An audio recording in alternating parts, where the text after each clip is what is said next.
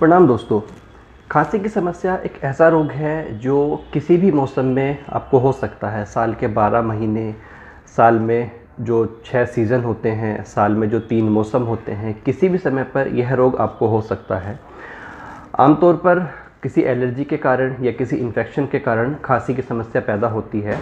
उसके अलावा बदलते हुए मौसम में जो सीज़न चेंज होने के कारण कुछ इरिटेशंस होती हैं लंग्स के अंदर, तो उनके कारण भी खांसी की समस्या हो जाया करती है।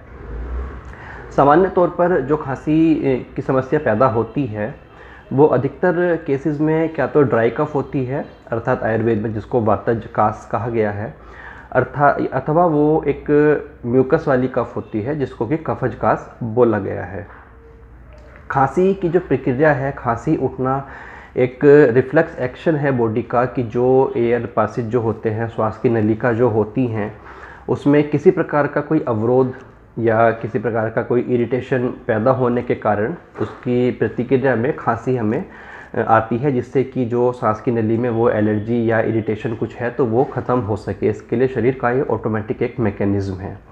आज की इस वीडियो में आपसे बात कर रहे हैं सूखी खांसी के बारे में और कफ वाली खांसी के बारे में कि क्या इनके कारण हो सकते हैं और किस तरह से अपने आप को थोड़ा सा मैनेज करके हम इन दोनों समस्याओं से बचे रह सकते हैं और ये समस्याएं हो जाने पर हम इनसे समाधान पाने के लिए प्रयास कर सकते हैं। तो पहले बात करते हैं हम ड्राई कफ के बारे में, अर्थात वातज कास के बारे में। ड्राई कफ की समस्या अधिकतर किसी इरिटेशन के कारण पैदा होती है। बहुत छोटे समय तक ये समस्या रहती है और आसानी से अक्सर ठीक भी हो जाया करती है।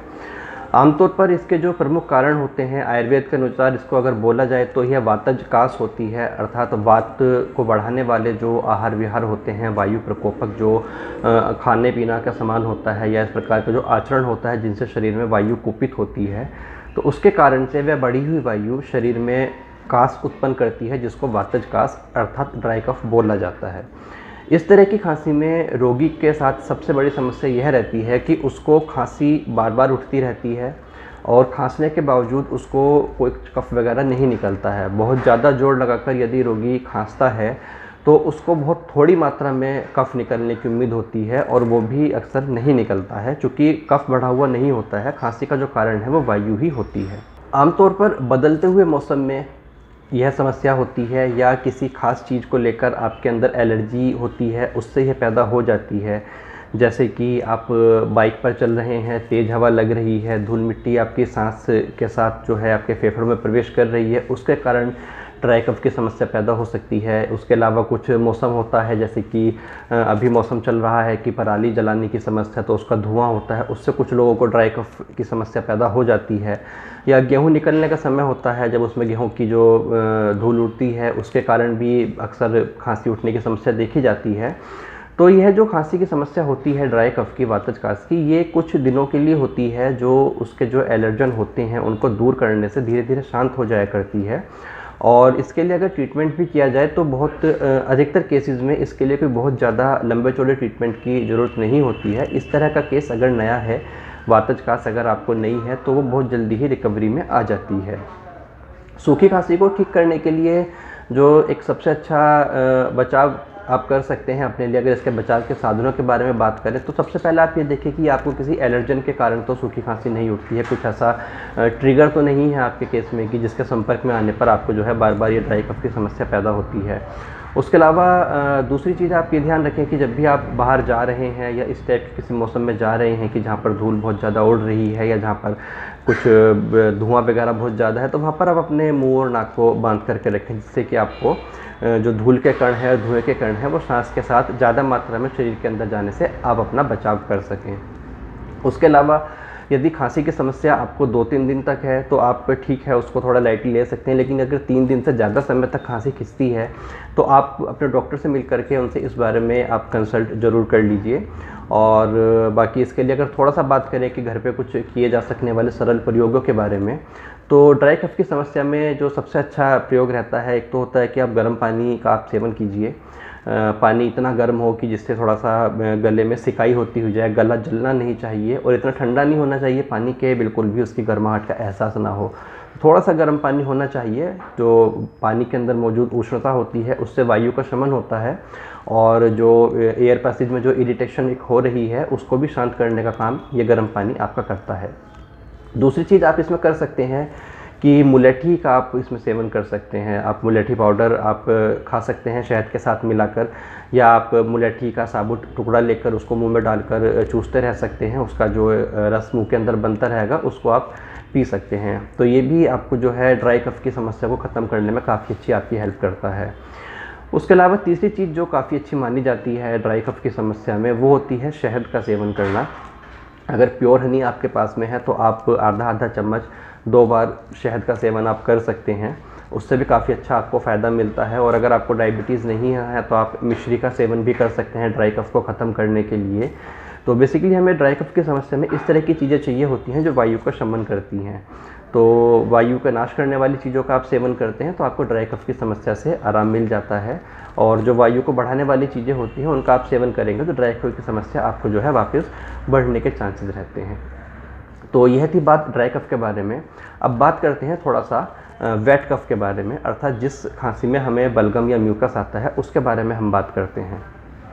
इस तरह की खांसी की जो समस्या होती है वो अक्सर क्या तो बच्चों में पाई जाती है, क्योंकि बच्चे छोटे होते हैं और बाल अवस्था जो होती है वो कफ प्रकृति की एक आयु होती है। उस समय पर कफज कास काफ़ी ज़्यादा पाई जाती है 14 साल तक के बच्चों में। लेकिन उनके साथ दिक्कत ये रहती है कि वो जो कफ उनको अगर खांसी के साथ आता भी है तो बच्चे उसको थूकना नहीं जानते हैं, तो वो कफ उनके शरीर से बाहर निकल नहीं पाता है। उसके अलावा इसके कुछ और भी कारण हो सकते हैं, जैसे कि निमोनिया की समस्या है, जैसे कि फेफड़े के पुराने रोग हैं, या बड़ी आयु के जो लोग होते हैं बहुत ज़्यादा धूम्रपान करने की वजह से उनको बलगम वाली खांसी हो जाती है। उसके अलावा बहुत ज़्यादा प्रदूषित माहौल में रहने के कारण भी खांसी के साथ बलगम आने की समस्या हो जाती है। इस तरह के जो रोगी होते हैं उनको अक्सर बहुत थोड़ा सा खांसने से ही बलगम उखड़ जाता है और उसको उन्हें थूकना पड़ता है। बलगम का जो रंग होता है आमतौर पर हरे या पीले रंग का बलगम उनको निकलता है। अगर खांसी नहीं है तो हो सकता है कि बलगम का रंग सफ़ेद रहे, लेकिन खांसी अगर 3-4 दिन से पुरानी हो जाती है तो उनको कुछ पीलापन या हरेपन लिया हुआ जो है बलगम निकलने लगता है। बात करते हैं थोड़ा सा उन कारणों के बारे में जिनके कारण से यह खांसी की समस्या बढ़ सकती है। तो जो म्यूकस वाली कफ होती है आयुर्वेद में उसको कफज कास बोला गया है, और किसी भी रोग की तरह कफज कास के बारे में भी स्पष्ट निर्देश हैं कि जो भी चीज़ कफ का प्रकोप करने वाली होती हैं बॉडी में, जो कफ दोष को बढ़ाने वाली होती हैं, और जब वह कफ दोष बढ़ करके एयर पैसेज में श्वसन तंत्र को ग्रसित करता है तो आपको कफज कास की उत्पत्ति होती है।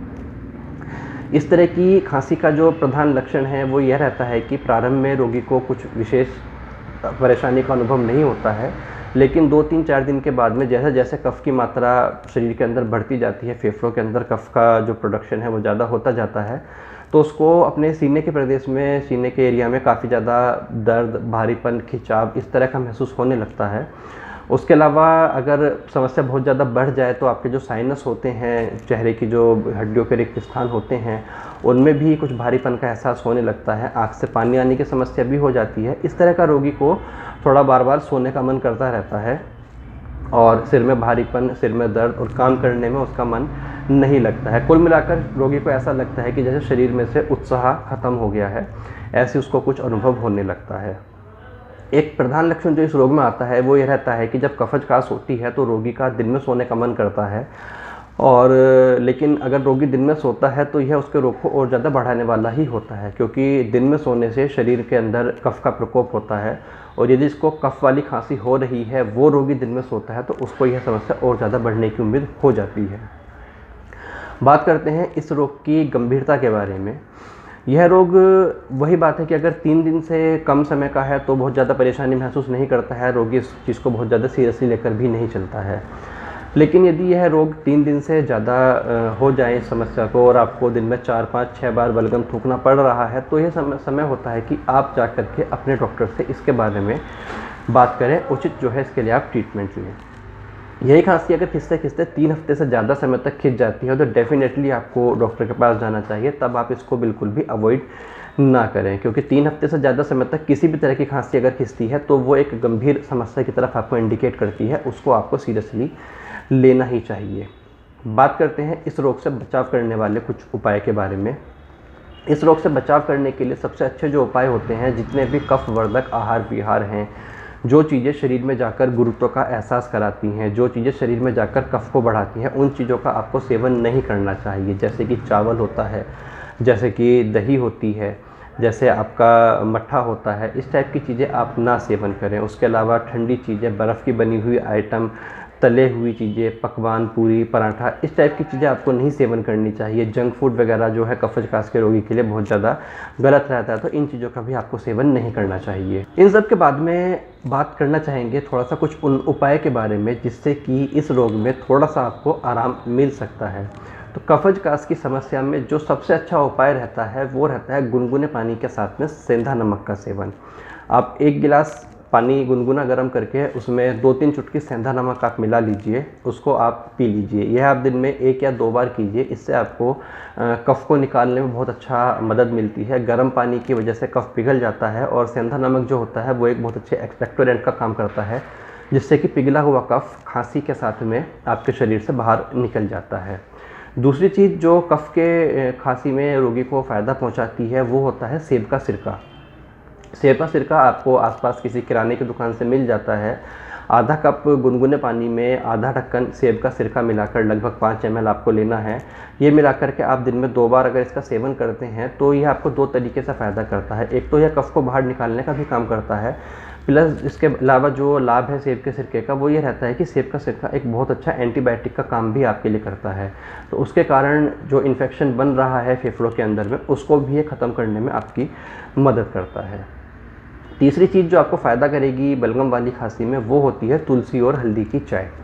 आप 1 कप पानी रख कर के उसमें आधा चम्मच हल्दी और 2-3 पत्ते तुलसी के कुचलकर डाल दीजिए। उसको आप खूब पका लीजिए। जब वो आधा कप पानी रह जाए आप उसको छान करके पी लीजिए। केवल 20 या 30 ml पानी आपको पीना है। दिन में 2 बार या 3 बार आप इसका सेवन कर सकते हैं। ये बहुत अच्छा आपको आराम करता है। खांसी में भी कमी आती है, बलगम भी इससे साफ़ होता है और इन्फेक्शन में भी इससे कमी आती है। इसके अलावा जो शरीर को ठंड लगने के कारण जो ठंड का प्रकोप होता है उसको भी ख़त्म करने में ये आपकी काफ़ी मदद करता है।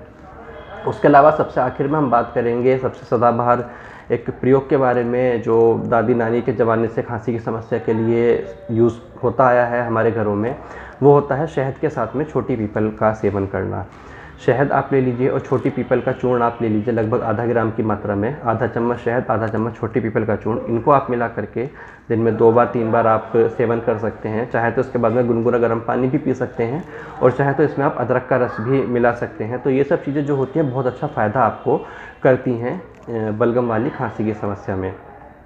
इन सब चीज़ों के बाद में हम आपसे एक बात कहना चाहेंगे, किसी भी रोग में जो भी कुछ सरल प्रयोग आपको बताए जाते हैं उनके बारे में आपको ये समझना चाहिए कि ये सरल प्रयोग आपके इलाज में आपको थोड़ी सी मदद कर सकते हैं, लेकिन ये कभी भी संपूर्ण इलाज नहीं होते हैं। संपूर्ण इलाज आपके किसी भी रोग में वह होता है जो आपका डॉक्टर आपको प्रोवाइड कराता है मेडिसिन्स के रूप में। जो भी घरेलू प्रयोग हम यूज़ करते हैं किसी भी बीमारी में थोड़ा आराम पाने के लिए, वो ये तो हो सकता है कि रोग के लक्षणों को कुछ दबा दें, आपकी दवाइयों की जो इफ़ेक्टिवनेस है उसको बढ़ा दें, लेकिन कभी भी पूरे ट्रीटमेंट का वे सब्स्टिट्यूट नहीं हो सकते हैं। और अगर 1-2 सरल प्रयोगों के बाद में आपको आराम नहीं मिल रहा है तो आप अपने डॉक्टर से प्लीज़ ज़रूर आप कंसल्ट कीजिएगा। कभी भी किसी भी बीमारी को पूरी तरह ठीक करने के लिए घरेलू नुस्खों के ऊपर आप निर्भर ना रहें। तो उसके बाद में आपसे ये कहना चाहेंगे दोस्तों, जो भी जानकारी हमने इस वीडियो में आपको दी है उसके बारे में आपके कुछ फीडबैक हों, आपकी कुछ क्वेरीज़ हों, कुछ और आप हमसे जानना चाहते हो तो आप हमें नीचे कमेंट बॉक्स में लिखकर हमसे मालूम कर सकते हैं। उसके अलावा जानकारी आपको अच्छी लगी हो आप वीडियो पर एक लाइक ज़रूर कीजिएगा, और आपको लगता है कि दी गई जानकारी किसी और के काम आ सकती है तो आप इसको अपने फेसबुक और व्हाट्सएप पर ज़रूर शेयर कीजिएगा। सबसे आखिर में आपसे निवेदन रहेगा दोस्तों कि आप प्लीज़ हमारे चैनल को सब्सक्राइब करके साथ में लगा घंटी का जो बटन है उसको आप दबा लीजिए, जिससे कि हमारे आने वाली वीडियोस के नोटिफिकेशन आपके पास तक लगातार पहुंचते रह सकें। तो फिलहाल के लिए इतना ही। नमस्कार दोस्तों, धन्यवाद।